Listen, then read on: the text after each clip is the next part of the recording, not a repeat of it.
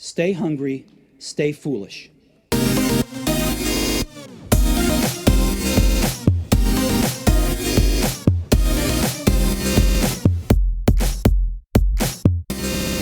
Most of us are trying to clean up a bit for January or stick to new habits. A growing epidemic in our society is chronic stress and obesity, which is why I've asked our previous guest, Matt Lovell, to share some achievable tips with us to adapt into our lives. Matt is an expert in corporate wellness. He is a performance and health nutritionist, and he develops top health and nutrition products via his site aminoman.com.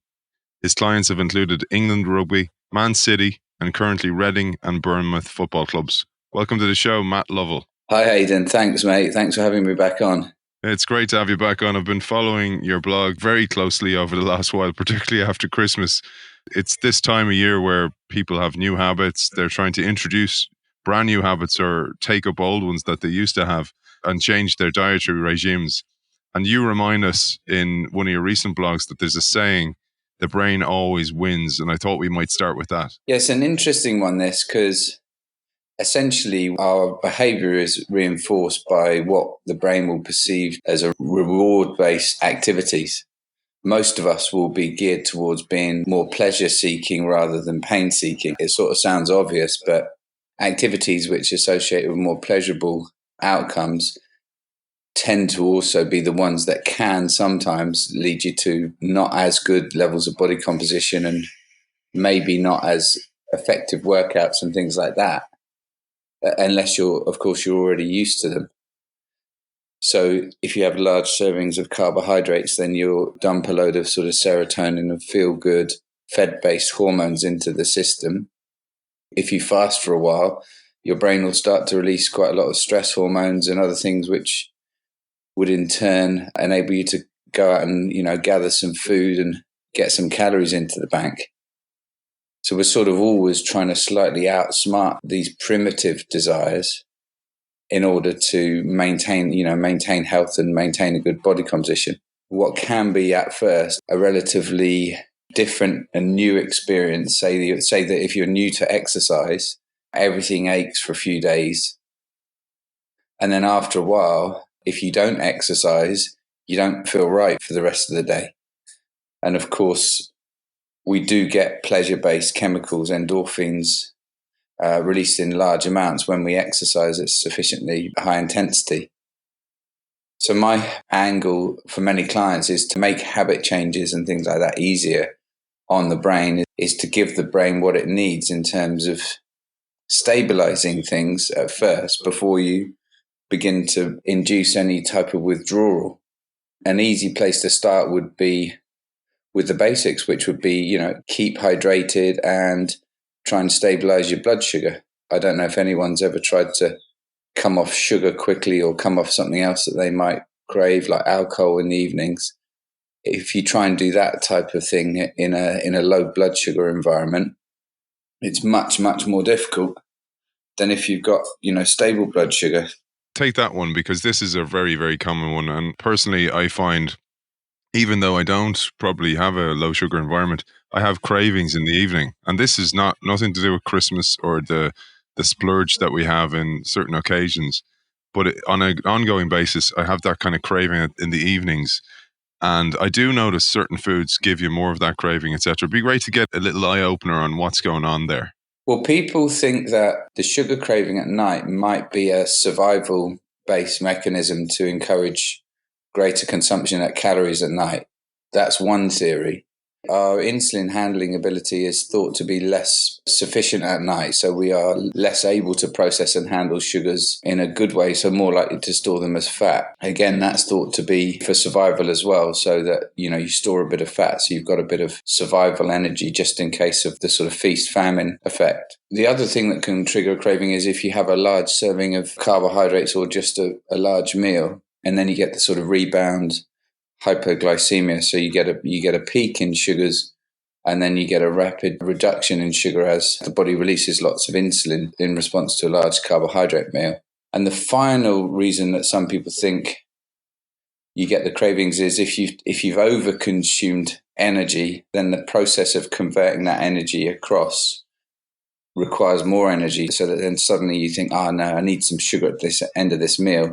When of course, eating sugar at the end of the meal is probably the last thing you need, because you might have already consumed, 1,500 calories from various sources.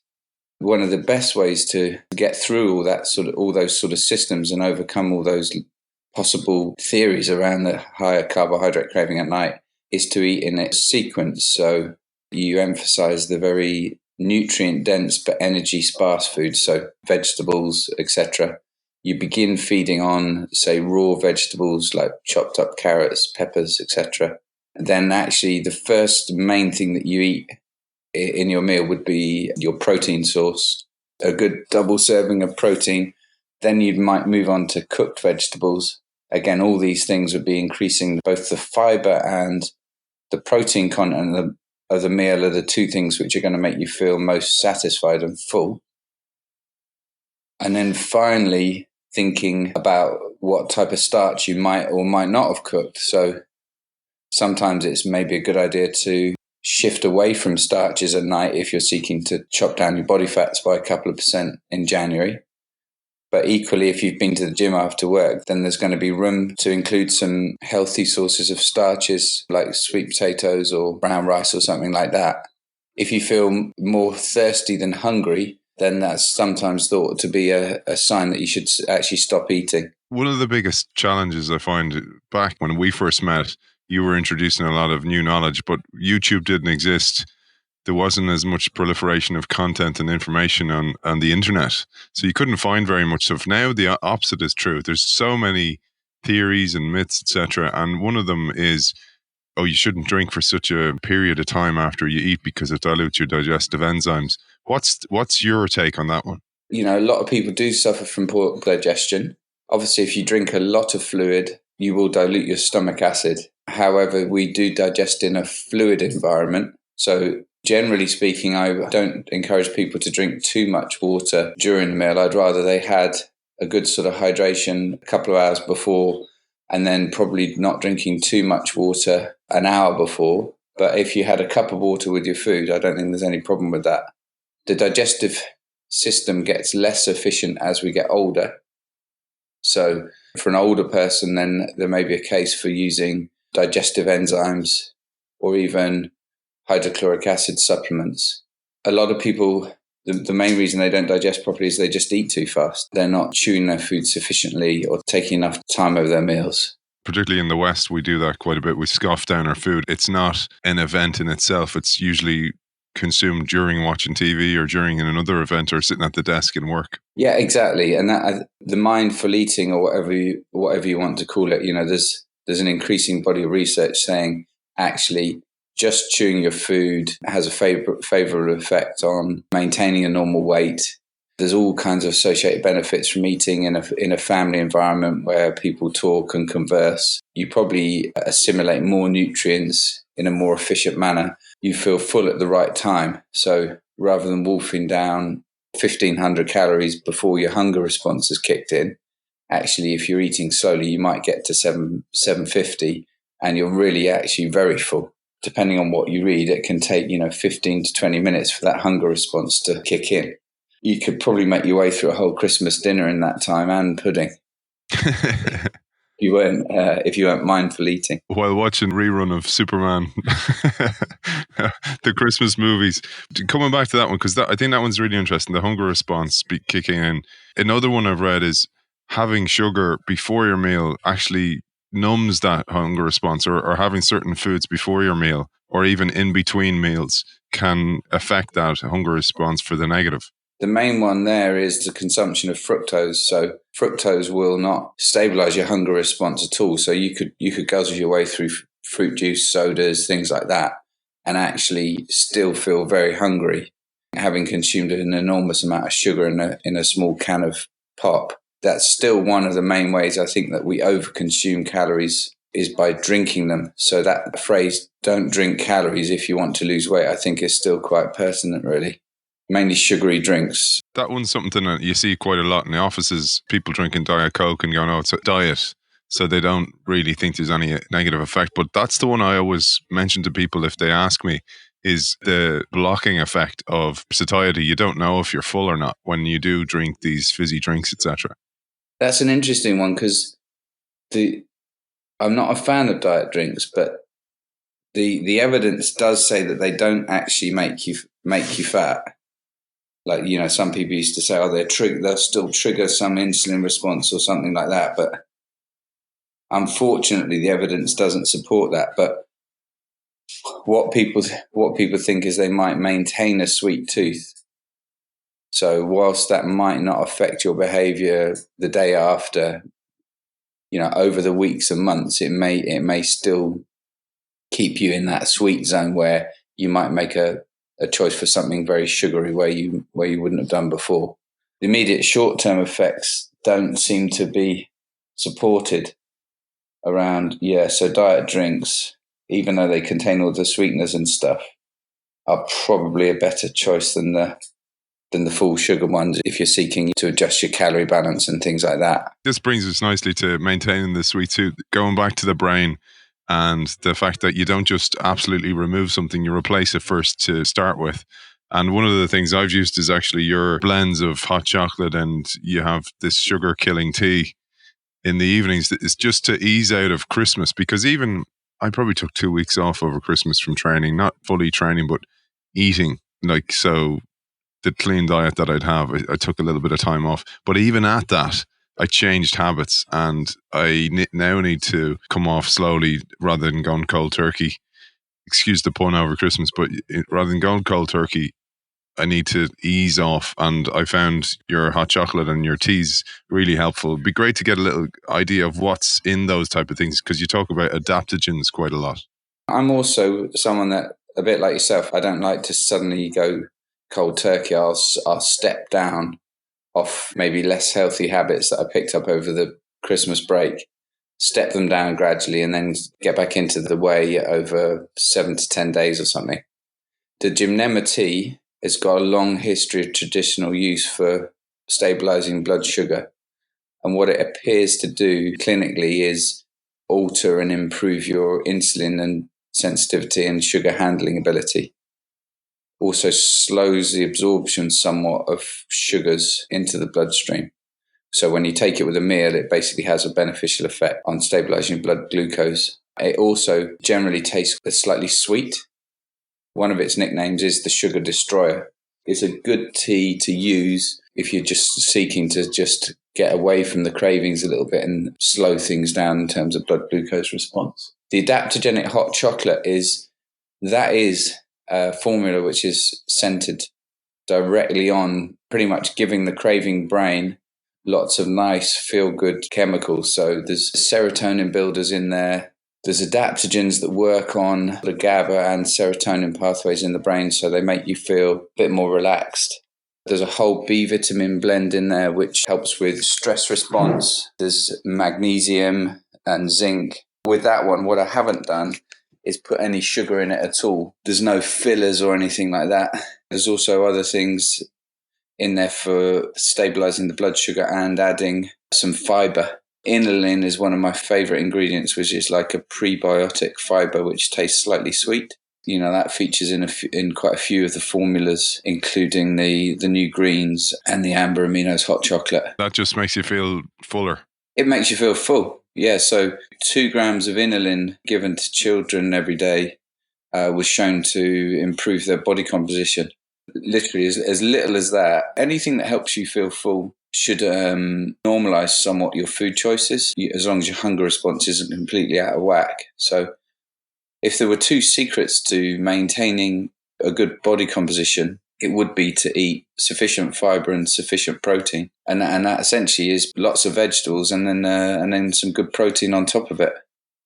That's one that I find really interesting. When you visit many of the tech companies, a lot of the HQs of the tech companies are in Dublin and Ireland, and they have fridges full of food. It's full of diet sodas, but the foods in them are the opposite to what you say. Like, I'm always struck by the fact that it's full of sugar-based foods that are creating a problem for people, which brings me to the workplace. And you mentioned this crisis, this epidemic that's upon us. And I didn't know there was a term for it. You tell us in one of your recent posts, Cushing syndrome. I'd love if you shared a little bit about that, because maybe we can spot it in people we know, family members, friends, loved ones, but also colleagues. Cushing syndrome is quite an extreme situation, a situation that arises from prolonged exposure to high levels of cortisol. You don't tend to see it as much in younger people, but you do see it quite frequently in middle age, and certainly older people is something you can see quite frequently. It's typified by a larger midsection. You can get a lot of fatty deposits around the abdomen, and the upper back can become quite fatty. You can get a puffy face sometimes called moon face, fluid retention. What you sometimes see is thin arms and thin legs, but a fat body. The skin can become thin, and sometimes you see the little purple lines on the extremities, the sort of little purple veins just slightly under the skin. It can lead to gastric problems and can potentiate things like osteoporosis. Cortisol is brilliant for waking us up and giving us loads of energy, but it's also a very powerful anti-inflammatory. So if you have too much for too long, it can cause those sort of withering symptoms, loss of muscle mass. It competes with testosterone for helping testosterone be effective. And although, of course, you'll release lots of both hormones when you train very hard, you really want the cortisol to drop away quite quickly after the workout. It all ties back into how much real or perceived stress that you're under in your life, in your work, in training, from your diet, to how much cortisol you're producing in response to different types of stress. That overexposure, you say, is actually an epidemic at the moment. And we see it quite a bit, where people stressed in the workplace, stressed about their job, stressed about how they look in society through social media, or even family stress, making lunches for the kids, getting the kids to school, wondering, like we were talking before the show, am I giving my kids too much tech? Am I giving them too little? Am I being too soft on them? All these things add up and create cortisol. And it's the constant living in this, which is the real threat for humanity. I agree. And I think, it's one of the reasons why this massive rise in mindful techniques in urban areas. There's a huge rise in practices like yoga and things like that. All of those things are, obviously centered around managing your stress resistance better. It takes some practice. Stress management is something that people have to learn, reinforce, practice. As you said, it comes from lots of different places. The body's stress response can't distinguish between stress from the kids, marital stress, road rage, stress in the workplace, or even stress that you might be placing on yourself by, working out inefficiently or for too long. That last one's actually one I suffered from when I reignited my health and fitness about 2 years ago. On top of a rather stressful job, I started adding in training. And what I found was my visceral fat levels went up. And the person who was basically measuring my fat levels was like, the training has actually added, it's become a new stress rather than a replacement or a help in all this. So you're going to have to change something else in your life, not just add on training. 100% agreed on that. It's also choosing the right style of training that you both enjoy and doesn't induce too much of a physical load on top of everything else. Generally, you can either train moderately intensively for a medium amount of time or a high intensity for a short amount of time. But if you start combining the high intensity plus a significant time, you can do it once a week in a rugby match, but you try and doing that every other day, then you're going to start to induce the negative effects of stress, and then that all plays into overreaching and overtraining syndrome. You do eventually get addicted to it and enjoy it more and more, but at the start it's very, very difficult, and that's what you're talking about, but the brain always wins. You have to trick the brain at the start, and there's little things that you, through your work, I learned, which was reward yourself at the end of it. So for example, I don't have breakfast before I train first thing in the morning. I do a HIIT session, high intensity interval workout, and that's short and sweet, but you feel rewarded afterwards because it was so intense. But also the fact that it was short means it's achievable, and then you get a dopamine kick. So I started reading all about the chemicals that are released, and I was kind of going, okay, how can I manipulate these and make my body like an animal, sit there and go, here's a doggy treat, take this, and then become addicted to that and then integrate it into my life. And it's been really, really successful. I think that's a brilliant way of doing it. I'd agree with that. In a time-pressured environment and everything we know about high-intensity interval training, it's just the best choice. You just need to make sure that your body's sufficiently robust to handle the intensity before you get into those really cranking up type of sessions. That's a really good point. For somebody who's an office worker and wants to get started, how can they ease into this and then eventually over time up the ante? I would say the first thing to do is just establish the habit. The best thing is always to build volume. If you want to do high intensity interval sprints, well, the first thing to do is make sure you can sort of jog for half an hour. You're getting the tissue used to impact, and if you're really from a poor level of fitness, you'd start by just getting used to walking, possibly on a little bit of an incline to increase the intensity slightly, but build the rhythm and the habit so that, you're in the gym 3 times a week at a set time, having had, a cup of coffee, some water, whatever you normally do as part of your normal morning routine. After probably as little as a week to 10 days, you'll be able to start increasing the load. And I would say the first thing to do would be to look for what might be called aerobic interval training. So just go faster for a minute, slower for a minute, before you start thinking about the super high sprints, which go beyond the upper part of your aerobic capacity. And then you would experiment with the work to rest ratio. So you might start with a 1 work to 3 rest. So if you're running a bit faster for 30 seconds, you'd walk a bit slower for 90. And then you can go 1 to 2. So work for 30, rest for 60. And then actually when you get sufficiently used to it, you can just go for a 1-to-1.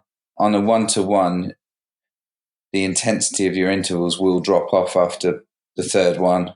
You certainly won't be able to maintain the intensity that you did on the first couple across, say, 10 or even 20 intervals.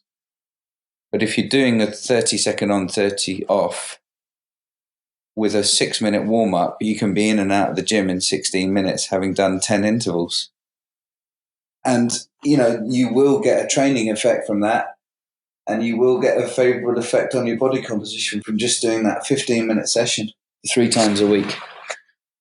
And then if you've got more time, you can extend that workout, maybe do a little bit longer, maybe go up to 20 minutes. But if you're working high intensity intervals properly, I'd say it's pretty much impossible to do more than 20, 25 minutes. You can do aerobic intervals for 45 minutes or even an hour, but the intensity will be lower. It's still worth doing. But for that real high intensity stuff, you'll be done and dusted quite quickly, because the body just can't maintain that energy output any longer than that. The hard bit is going to the gym. I don't understand when they go that they don't work hard. And as you say, some movement is better than none. But if there was one piece of advice I'd give to some people I see there and they're there before I arrive, they're still there when I leave, they're still there after I've had a shower and I'm leaving the gym, and they're working at this very, very low intensity. I'm kind of just change this a little bit. But then again, you don't know what's going on behind the scenes.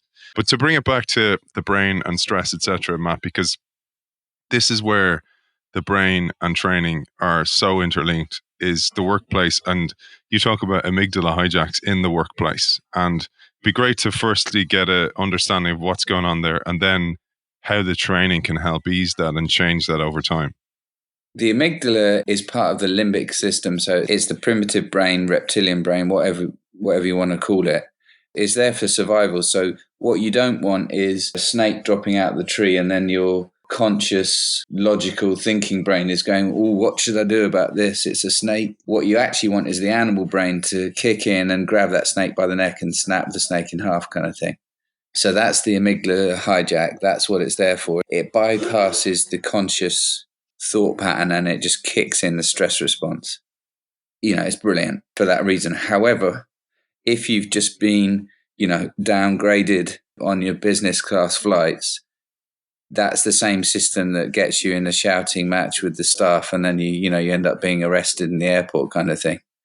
Or someone cuts you up on a commute in the car and you chase them down the back streets and end up getting in an altercation and then and then get arrested. So that's the same system that can get you in that kind of trouble.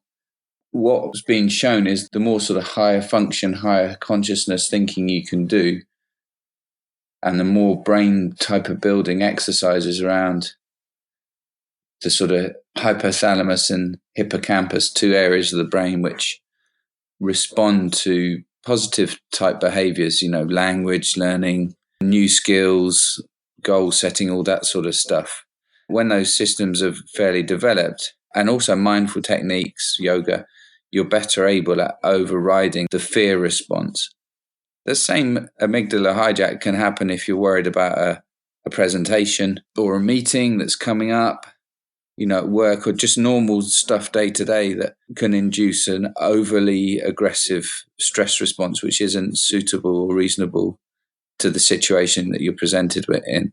That's actually one of the main reasons I was asking you on the innovation show, is that because if you're in this state of mind, the amygdala hijack state, you don't have your best self available to yourself. So you can't think outside the box. You can't connect ideas or have a meaningful meeting with people to come up with the solutions for challenges within your business, because you're stuck in this fight, flight, or freeze response. It negates logical or creative thinking, but it's very good for fighting or running away.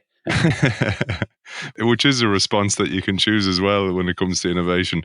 But last one, Matt, is stress and inflammation, because many people have aches and pains and they tend to go for the painkiller over the vitamin. And I thought that it'd be great to shine a light on what's causing this as well, because often people look to the symptom and they go, I have elbow pain, I'll get some anti-inflammatory cream for my elbow. And they don't look at the source of that. And it can be a lot of times stress, and going back to cortisol as well. This is one of the major reasons for this kind of pain, back pain, neck pain, whatever it may be in the workplace, is cortisol. So the first thing to say about that is that the immediate effect of cortisol would be to lower inflammation. And that's why you sometimes get given like hydrocortisone injections in injury sites, or even for inflammatory bowel disease and things like that. So it does help in the acute phase of an injury. But the problem lies with the chronic overexposure, so the long-term exposure to cortisol, because if you have too much for too long, you have an anti-inflammatory effect, but you have no ability to rebuild the tissue. So you've got no inflammation, but then you've got no anabolic response, so the injury won't improve. That would be the case if someone was taking hydrocortisone tablets for an inflammatory bowel disease. Sometimes what can happen is the bowel then just becomes dysfunctional and just disintegrates. There's no ability for it to build back up. But of course, you have to take them in the initial instance, because that can be a deadly situation if you don't get rid of the inflammation. That chronic overexposure to stress would basically inhibiting the healing response. There's lots of anecdotal sort of feedback where people that are stressed, they can't progress as well in the gym. The strength gains might not be as quick or as good. If they're stretching to increase the flexibility, then that chronic exposure to stress won't be helping the flexibility gains. And sometimes, although there may be other reasons for this can be why you see on holiday that suddenly your nails are growing faster and things like that. But that can also be because you're getting lots of vitamin D and things like that. It's more of a moderation of the cortisol response to allow inflammation to carry out its beneficial healing effects. In terms of inflammation and stress, inflammation is another stressor on the body. So if you can lower inflammation by eating loads of omega-3 fats, loads of phytochemicals, loads of color-rich, pigment-based foods, then you bring down the inflammation, you lower the stress, then you can carry out a normal process of rebuilding. So that's that whole link behind why an anti-inflammatory diet might actually help the stress response and help the healing response. Final thing is, if you're stuck in a lift with somebody and they ask you one piece of advice to launch into this or restart after a Christmas lull, what piece of advice would that be? Choose habits which are sustainable. Go about the business of making behavior change in a sustainable manner. And this is where you talk about vision and end goal. It's just not about the training. It's about where do you want to get to. It's about where you want to get to, and it's about enjoying the process. If you just have endpoint outcome-based goals, then you may achieve them, you may not, you may get close to them, and then you may get the goal fade. If you introduce habits and behaviors which are process-driven, as a result of that, value-driven, so you basically get those little rewards that you were talking about, that daily feeling of a dopamine response, and you tick the box, you've done the high-intensity morning training, and you get all the nice testosterone release and stuff. You enjoy the process, and then after a couple of months, suddenly you look in the mirror and actually you're leaner, stronger, fitter, and you haven't just been worried about getting to that leaner, stronger, fitter thing all the time. You've actually just been enjoying your life every day and, getting there little by little. And that's the goal of it all. Matt, it's been an absolute pleasure talking to you as always. Where can people find out more? And in particular, I'm going to call out, because I find this really helpful, your 4-week fat loss program includes diet and training, etc. You might just mention that as well.